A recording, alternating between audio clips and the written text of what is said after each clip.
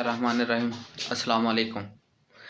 हमारे पास जो इस वक्त सेक्शन कह लें, टॉपिक कह लें, वो है सस्पेंशन ऑफ सेंटेंस का।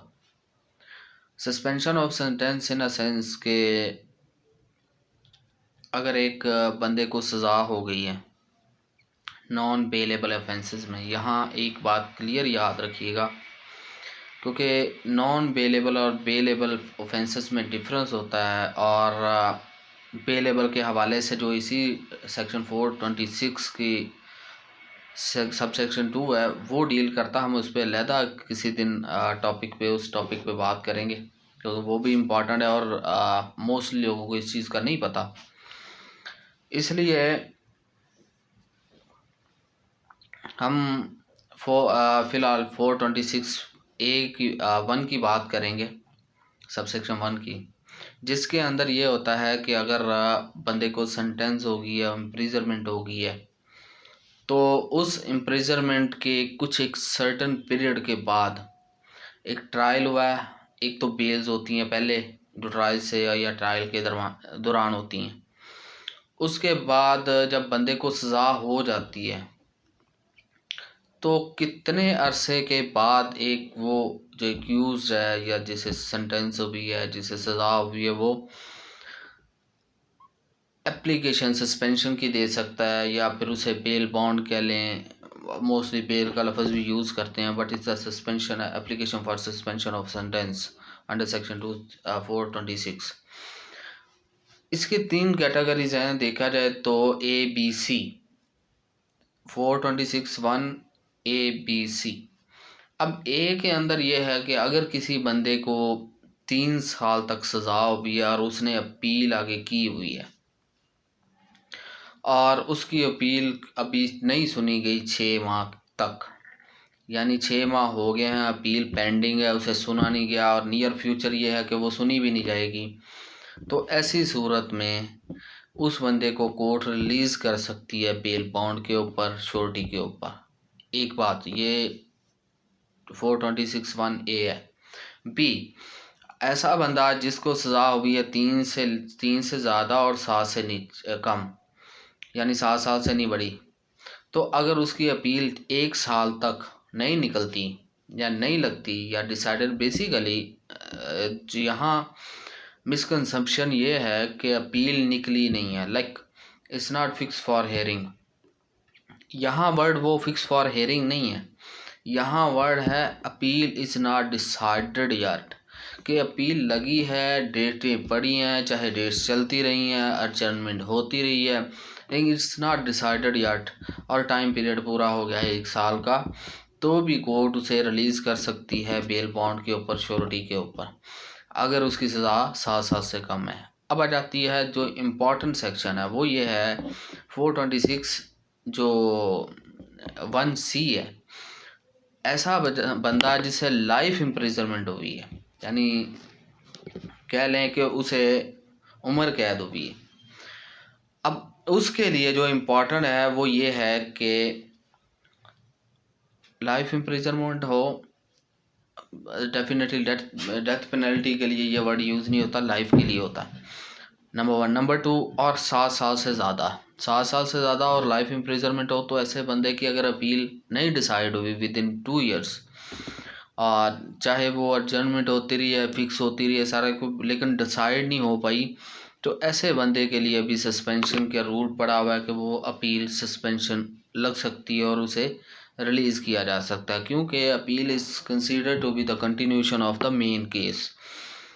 वो अपील जो होती है वो सेपरेट से कोई केस नहीं होता, but the continuation of main case होती है, और जो जजमेंट होती है वो अंडर क्वेश्चन होती है, और उस क्वेश्चन अंडर क्वेश्चन जो जजमेंट होती है उसके ऊपर अभी वर्डिक्ट आनी होती है, वो सस्पिशियस होती है in the I of superior courts, क्योंकि चैलेंज हो चुकी होती है, इसलिए तो उस पर अभी वो रिलाई किए बिना 2 साल के बाद उसे, लेकिन इसके लिए कुछ कंडीशंस भी हैं। ये कह देना कि आपका स्टेचुटरी पीरियड पूरा हो गया और you can file an suspension petition to get this suspension, तो इसके लिए कुछ कंडीशंस हैं, इवन इस condition mention by the superior courts और like even in the civil procedure code of civil criminal procedure.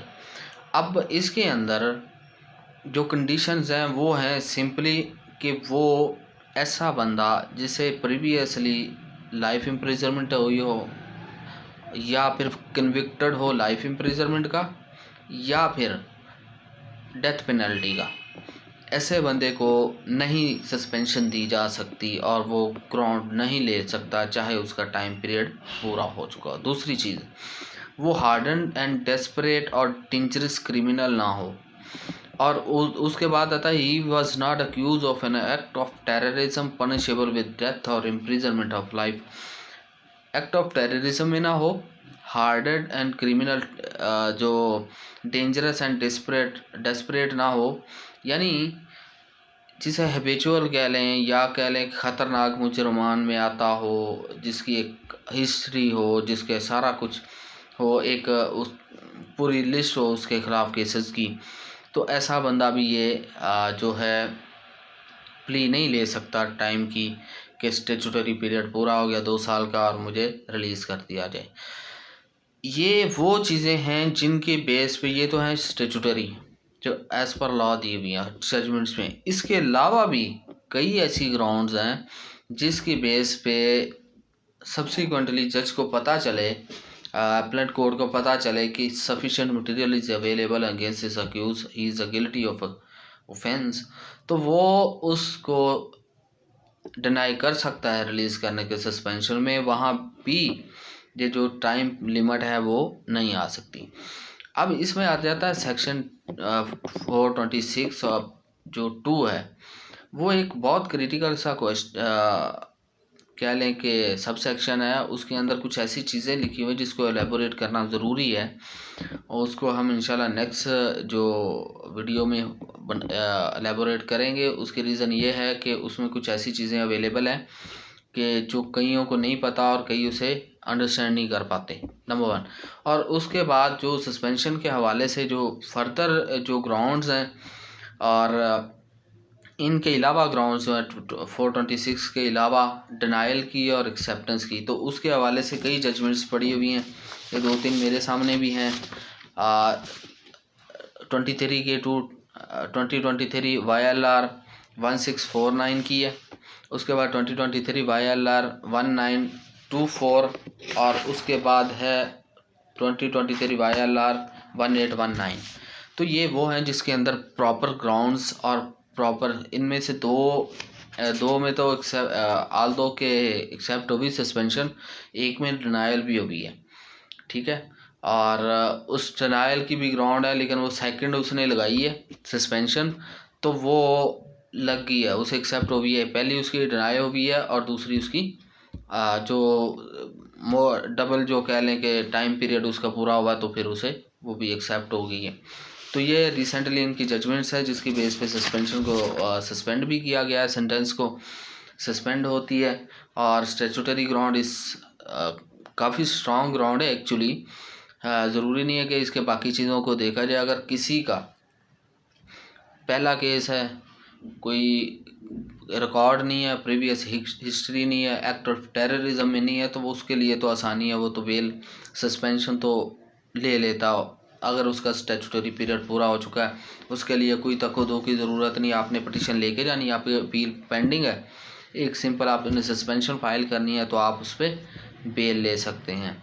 और दूसरे, जहाँ तक ये कि दूसरे मैटर्स में कि बेल नहीं होती, लेकिन उसमें भी देखा ये जाता है कि आया इस जो केस है जो स्टिल हमारे सामने पेंडिंग है, इस केस के अंदर इसकी क्या कह लें कि रोल था या इसे कैसे इन्वॉल्व किया गया। अगर यहाँ भी थोड़ा सा भी शक पड़ जाए, बेनिफिट ऑफ डाउट आ जाए, तो वो benefit of doubt always goes to accuse के हक़ में जाएगा। थोड़ा सा भी शक पड़ जाए तो ये हार्ड एंड फास्ट रूल कोई भी नहीं है। हाँ, अगर आपका टाइम पूरा हो गया है 6 माह, साल और 2 साल, तो आप सस्पेंशन फाइल कर सकते हैं और उसकी जो रिजेक्शन के चांसेस हैं वो कोई कह लें कि 1 to 2% है, अदरवाइज़ आपकी सस्पेंशन हो जाती है।